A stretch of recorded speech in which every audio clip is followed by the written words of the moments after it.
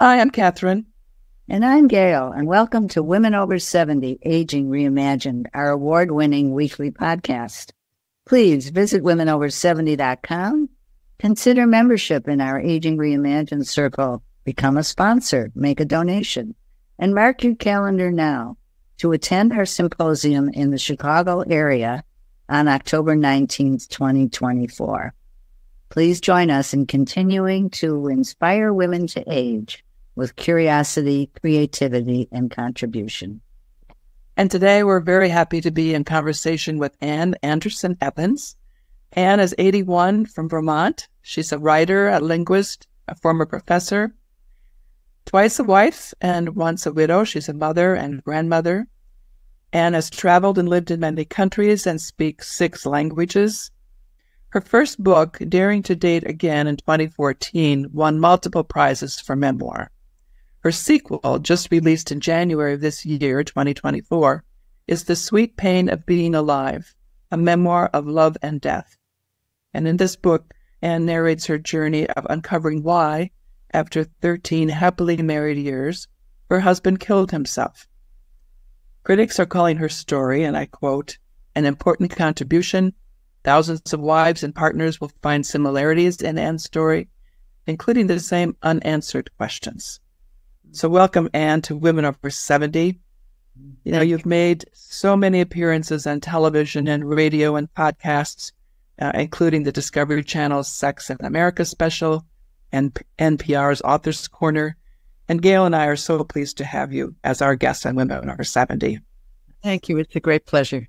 Thank you. And we could talk about so many things, but what we really would like to do is focus on what led to your writing your book, The Sweet Pain of Being Alive, and lessons that you can offer us, including those unanswered questions.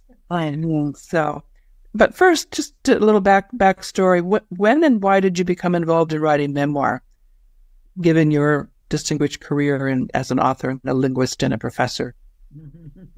Well, we've left out a little part there, which was actually almost 20 years. I was a legal secretary because I was raising my children.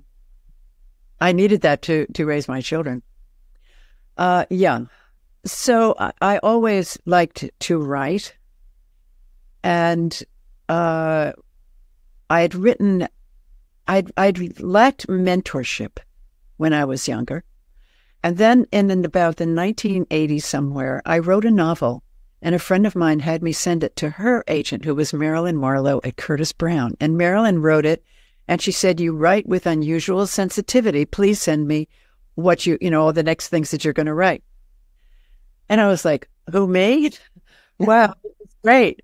I felt I had somebody at my back, And the next years were just too much of a maelstrom. And then I quit my job in 2005. And I said, if I can get things published in the literary press, that's all I was hoping for. They don't pay you, but it's highly competitive. So if you can get things published on that, okay, you're good enough to compete. And I had 3 things published in the first 6 months. Wow. So I never went back to work again. I started to write. I wrote a lot of short stories, and I was beginning to date again, and I realized there's a good story here. When you're 60 and starting to date again, the rules are not the same as when you were 18, and yet those rules were rolling in my head, All these silly things like no kiss until the 3rd date. You remember that? I do. And I wasn't quite as female as that, but, so what are the rules now? What do I do? What's right and wrong? And I started writing down what I was going through.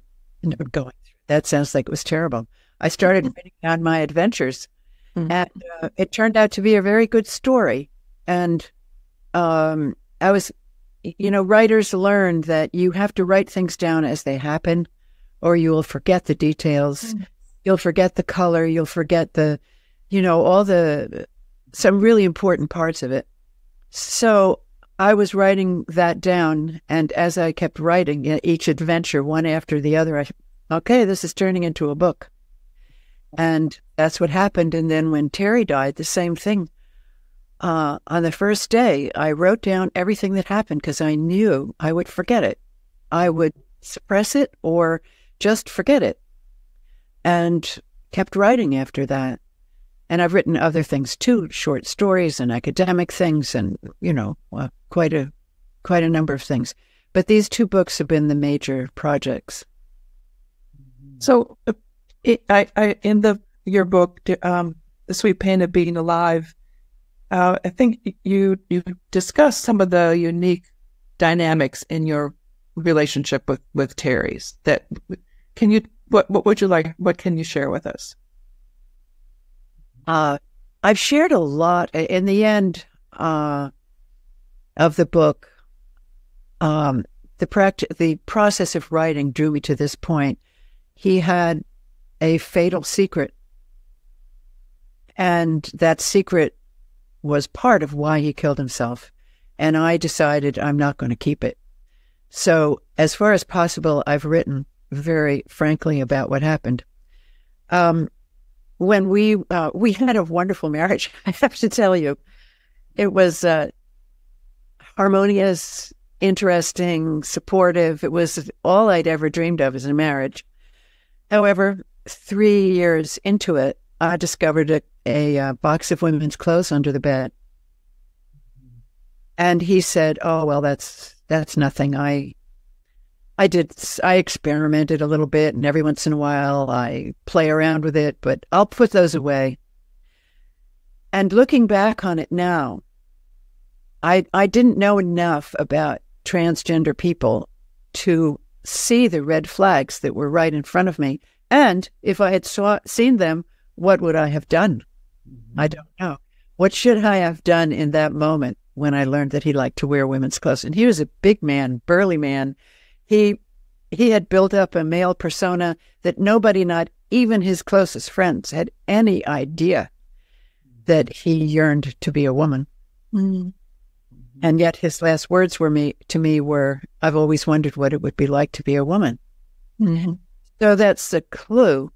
This doesn't necessarily mean that it's why he killed himself, however, because suicide has its own agenda. Right. And all transgender people kill themselves. Not all people kill themselves, or it's that was a track that was running alongside it, but they together formed a toxic brew. And so many things happened. He told me one time, I'd like just for one day to be a woman, just to see what it was like. Yeah. And I thought, well, that's interesting. I've never had a day when I wondered what it would be like to be a man. But that doesn't mean that some other people might not think differently. So I listened, but there was nothing for me to be alarmed about. And it's only after he died that I started learning really about those two subjects, suicide and transgender people. I didn't know that much about them beforehand. So much of what I have to say now came after the book was finished. Mm-hmm. And to me, it was finished.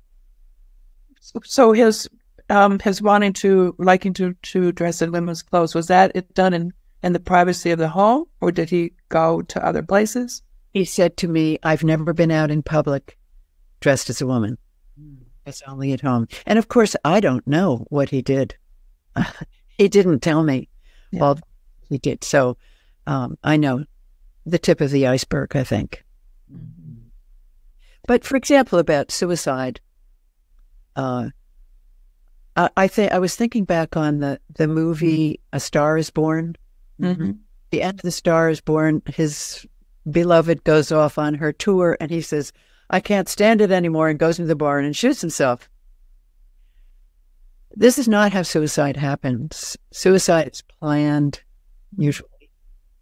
And it's been in your head for a long time.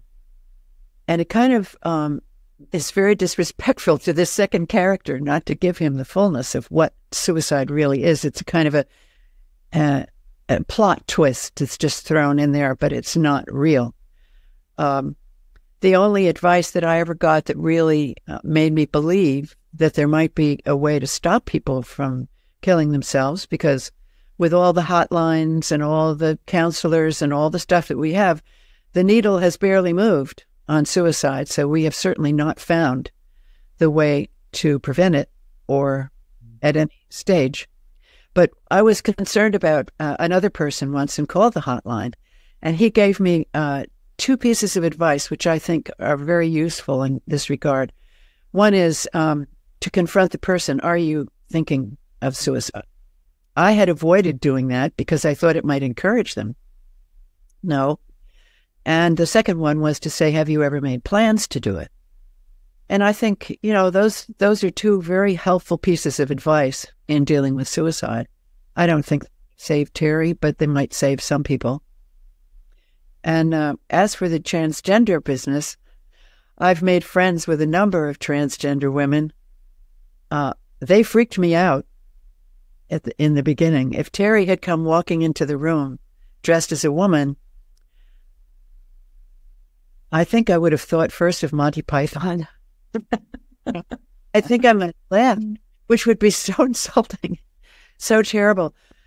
But I've thought a lot about it since then and talked to these women and some other people who are experts. And one person said to me, the indigenous people believed that every member of the tribe was important, and there had to be a place for everyone. And so that puts the burden. The burden is not on the transgender person, because all of them have felt this way since they were little children, and they have fought it the best they could. Terry fought it until he was 76 years old. That's over 60 years. So they're not going to change, but we have to change. We have to find the place for transgender people, and they have a very interesting viewpoint. Jennifer Finney Boylan, in her book, She's Not There, tells, for example, she was a pianist, jazz pianist, and she left the place where she was playing and went to her car sometime in the beginning of her transition. And there was a man waiting there, and he was very aggressive with her, and she was terrified.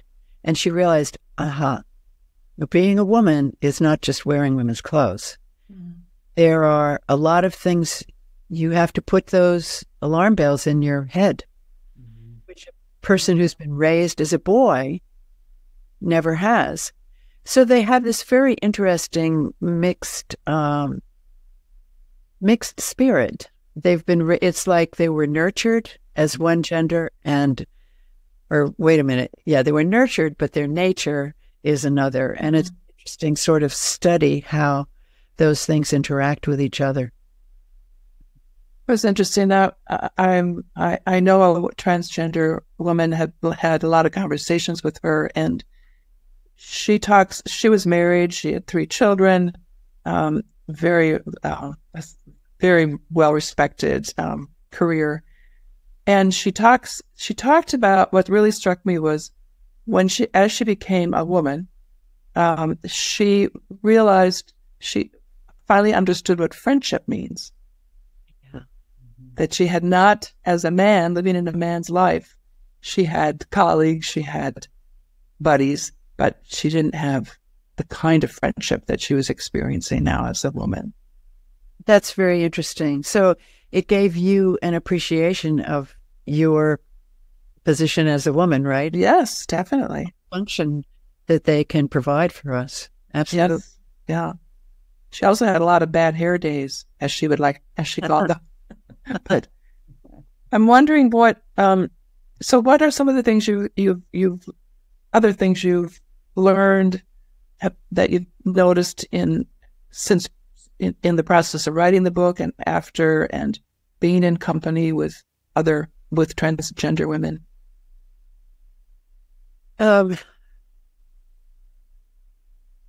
Well, I think I've had for the past 5 years or so a serious Buddhist practice, and they say, you can't change the past, and the future hasn't happened yet. Better pay attention to today. And if you do that, I think there's something to learn every day. And about gender, the things to learn are just so astonishing. Like if you, as a woman, I'm writing a novel now that takes place in 1963. A young woman who's coming of age in New York in 1963. And younger people can't believe some of the things that I tell them. Like, we couldn't wear pants. Like, really? And, that's just an example. So as you age, you go through all these different stages and you realize all the things that are governing what you're thinking, that are governing what you're behaving, they're all mutable. They're all changing all the time. And you have to keep aware and changing too with them. Bring all your experience to it. And a lot of the things that happen today, like I was I'm in my writing group, and one of my friends was just hysterical about young people on social media, and they're all being destroyed and they're blah blah blah. And I used to teach freshman college students. Those are the freshmen on Gen Z, I guess, the beginning of 2000. They're supposed to be selfish, and they're supposed to be self-absorbed also, and completely made crazy by social media and blah, blah, blah. And they weren't that way at all. And so I think, if you do follow things as they change, you can look at things with more compassion and understanding. And I get impatient with people who write off the younger generation, because these younger generation has challenges that we never, ever had, or responsibilities. They're being faced with climate change, blah, blah, all those different things that we never had to even think about. And they're deeply thoughtful about them. At least I've thought that way. But now, what's going to happen to them by the time they're 80? It's hard to even imagine, isn't it? That's indeed. So, I haven't learned any specific one thing. I just constantly am learning new things all the time, and try to adjust my behavior and expectations to what I see. I've had the experience of a transgender woman joining a networking group a small networking group that I'm a part of. And so I've been able to look at this from a much different point of view. And then a young friend of mine, a young woman whose youngest child has declared himself to be a girl. And all the things that she is doing to help him along the way, instead of pushing him under the closet, pushing him. Doesn't it make you wonder who in your kindergarten class was thinking the same thing? So I'm sure it was people over these years. Right. Yeah. So when you were 3 years into your marriage when you discovered that Terry was like to dress in women's clothing. Was he also suffering from depression at that time? No, but he followed a pattern. This pattern will be recognizable to people who have been the partners of transgender people like Terry. He drank quite a lot. I don't know if he would say he was alcoholic. He drank between half a bottle and a bottle of wine a night, and he did that for 50 years, and never. So I don't know. He also smoked pot. He when I met him, he'd stopped, which is fortunate because I can't stand the smell. We would never have gotten together if he'd been doing that still.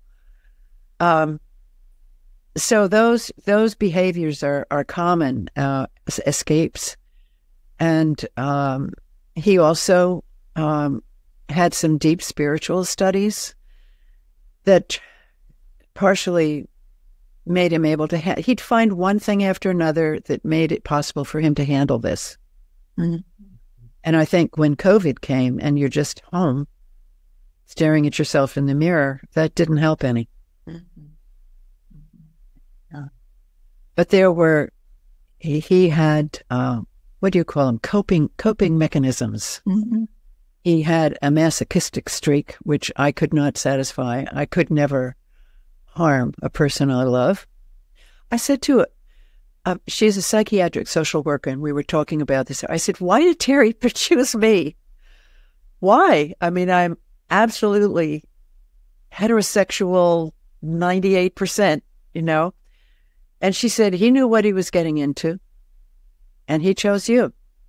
I think and Jennifer Finney Boylan, again, in her book, says she believed that if she ever really fell in love, that all of that would go away.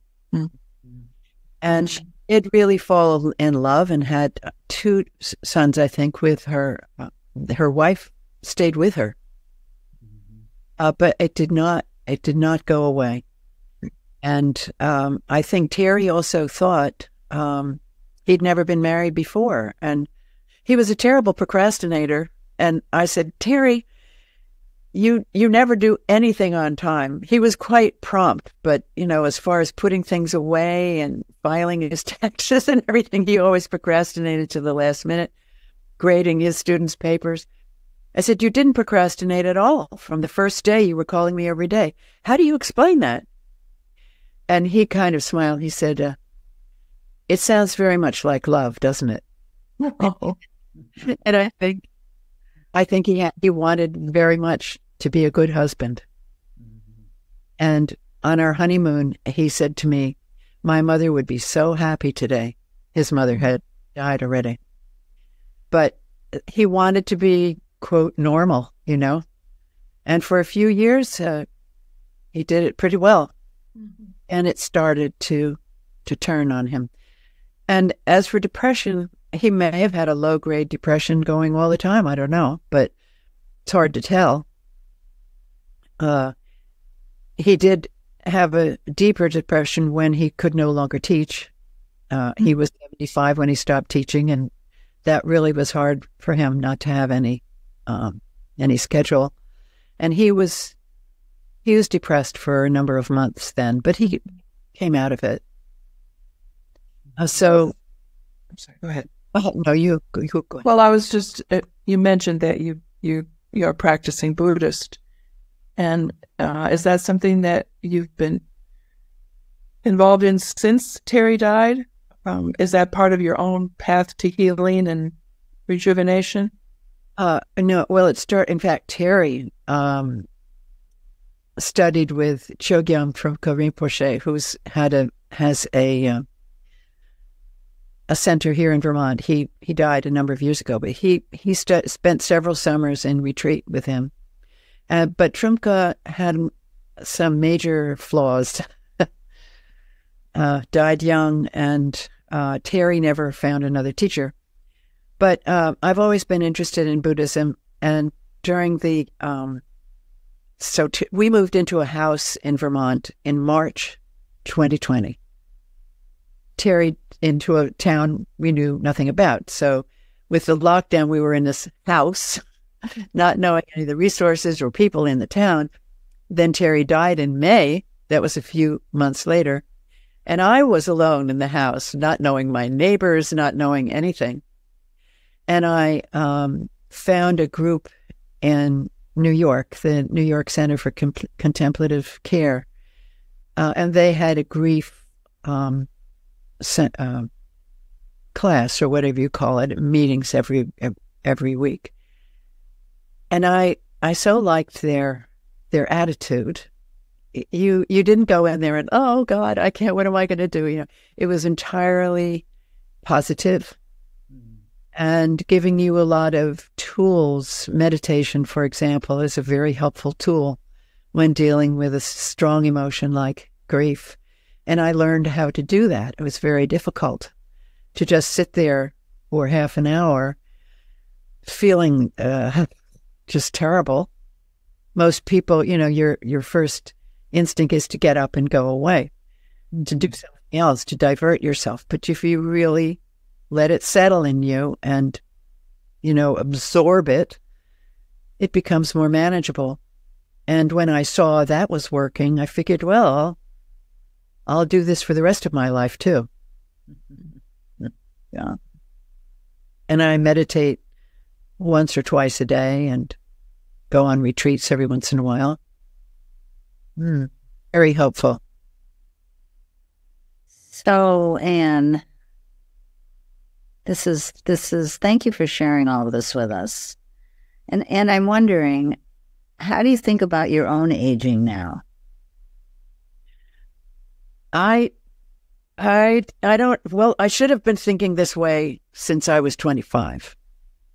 I don't know whether tomorrow will come, but definitely at 81, every day is, and that's part of my Buddhist training and teaching too. Every day is an adventure. I keep myself in good shape. I do Qigong, which is, my doctor used to say, it's not, do you have arthritis, because everybody has arthritis. It is, does it hurt? And doing the Qigong and playing pickleball and having a generally good attitude, I hope, helps keep my body strong and going. I write every day, and I'm never bored. I just try and take it one day. That's kind of a cliche, one day at a time. But really, you never know what's going to happen tomorrow. Might as well do it all today. Right. Right. How is Qigong different from Tai Chi? Well, I don't do Tai Chi, but I know that in practice of it, Tai Chi, you have certain forms, and you do the same forms over and over again to perfect them. And with the Qigong teacher that I study with, Lee Holden, California, he's always doing something different, and he borrows from Qigong, from Tai Chi, and he borrows from yoga, and he borrows from various other disciplines too, to gently keep the body in shape. It's not, I used to do yoga, but I hurt my shoulder, and so I started doing Qigong, and Qigong is rather like dancing too, and I enjoy it. And at the end of it, so you do in the beginning warm-ups and stretches, and then in the end you do the slower movements, the flow, as they call it. And in the flow, I can feel my whole body is warm. And you've barely done anything. You're going like this, and like that, but you're warming up. And it's quite extraordinary how it works to do that. And in the winter in Vermont, I'm good. That's good. Yeah. That's wonderful. Much more tolerant of the cold. I like what you said about every day is an adventure. Yes. It doesn't make any sense to view it any other way, actually, because you can't plan your day. I mean, you do. We're here at the right time and talking to each other, and we planned it for a while, but all the things like what happened before with weather, with, whatever, they come and they throw you off base. So you got to be ready to deal with it, right? Absolutely. We know that, don't we? Yeah, we do. Sometimes. I wanted to ask you, because one of the reviewers said that people will find similarities in your story, including the same unanswered questions. Right. Does that resonate with you? Are there unanswered questions other than we don't know how long we're going to, be on this earth? All of my questions with Terry are unanswered. All I know for sure is that when he was 10 years old, his mother dressed him as a girl for Halloween. And he told me that something changed in him when that happened. But every time I would come close to the subject, he was terrified of being discovered, and would go to great lengths to not reveal any pathway into what was really happening. I think it's all conjecture. All I'm doing is putting, as a friend said, we're following the breadcrumbs. you know, and I'm not even positive that he was transgender, but I'm as positive as I can be. And people who are transgender recognize, for example, the excessive drinking, the secretiveness about certain things, the desire to harm yourself or be harmed by someone else. These are all part of a pattern. And not everybody who has those things happen to them is transgender, but put them all together, and that's where they add up. And I didn't know that until I talked to some of the experts that I've talked to, and there's, oh yeah, that's typical. But I do wish that I knew more, but actually I have to admit I was not really receptive. You know, if he thought that he was going to come tripping across the floor and heels and a bra into my bed, he was mistaken. You know, that would have completely zeroed out our sex life. And it was important for him. That was especially important for him. It was important for me too, but he was like, oh, we haven't had sex in 2 weeks. It's like not going to church, you know. You do that. And it would have, you know, blown up everything if he had gone too fast. So I just can't go back to which point and start reconstructing it where I could start to, conform to what he was but then there is this question. Does he sit me down and say, Anne, either I'm going to die or you're going to become a lesbian? You know, I have to change too. And I kind of jacked up a little bit about that. Like, I never thought I'd have to become a lesbian. And this is a huge change for me. And, you know, when I think about it now, I think, at what point would I have said, okay, he never wanted to go into any kind of counseling. He really rejected that strongly because I think he knew he'd be discovered. They'd figure it out. So what has the process of writing your book, this memoir, done for you, and what compelled you to want to share this story so publicly? Well, there are several questions there. I'm a writer, so that's what I do. That's what compelled me to do this. In the beginning, I just felt tremendous compassion for Terry. I wanted to honor him by telling his story. But I learned so much more, and I think there's a lot of food for thought in there for everyone. I didn't write it to teach people anything, and I certainly didn't write it as catharsis, because grief has its own agenda, and you can't say, well, I'm going to get rid of 10% of it here, 20% of it over there. It comes to you when it comes to you, and in the way it comes to you. And writing a book doesn't make it faster or slower.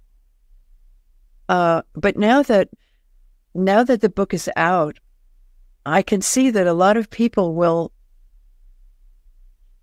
be interested in knowing, in learning this story, because Terry's story, which I didn't know at the time, is typical. And this is how it develops, and this is how people deal with it. So it's made me a much wiser woman. I think a much more compassionate woman. Although, I must say, there's a little bit of a feeling of betrayal that he never gave me the chance to work on this with him. But he loved me. He didn't want to ruin our marriage. That's what I think, anyway. And we both treasured our marriage. So I guess that's why he did that. But that's one of the unanswered questions. Why would he not go to someone else for help? I told him when he was talking about cross-dressing, I said, well, why don't you join a group of men who like to cross-dress and walk in the Halloween parade? Whatever I don't know what these groups would be, but I know there are a lot of men who do like to wear women's clothes for one reason or another. Mm-hmm. And one of the most interesting things I did is I ran a little test on Facebook. I said, am I unusual in this or what? So in a women's group that has about 14,000 members, I think that's a good sample. I wrote, what if your husband 3 years into your marriage said to you, I like to dress up like a woman? What would you do?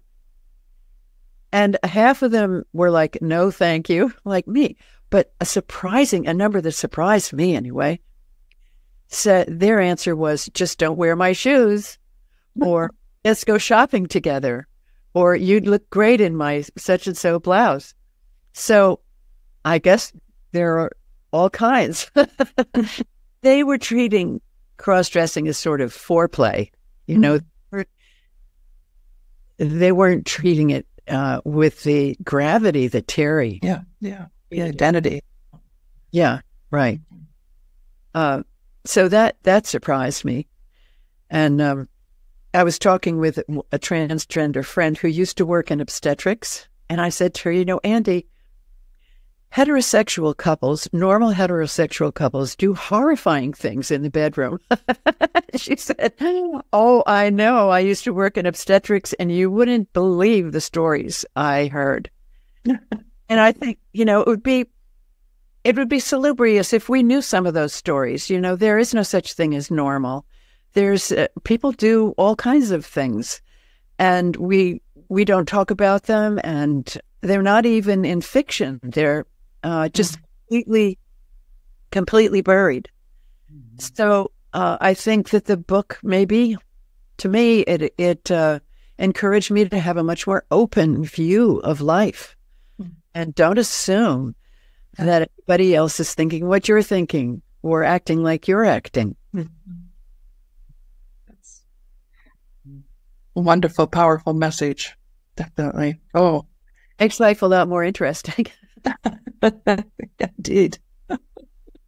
Well, thank you so much, Anne, for sharing. And of course, we encourage our listeners to read your book and derive their own lessons from what you have to offer. Right. Thank you very much. It's been a pleasure to be on with you. Thank you. And listeners, because of your loyalty, our numbers continue to grow. Still, we need your support. Visit womenover70.com, join Aging Reimagined Circle, or make a donation. And let your voice be heard and help change the conversation about women aging. Thank you.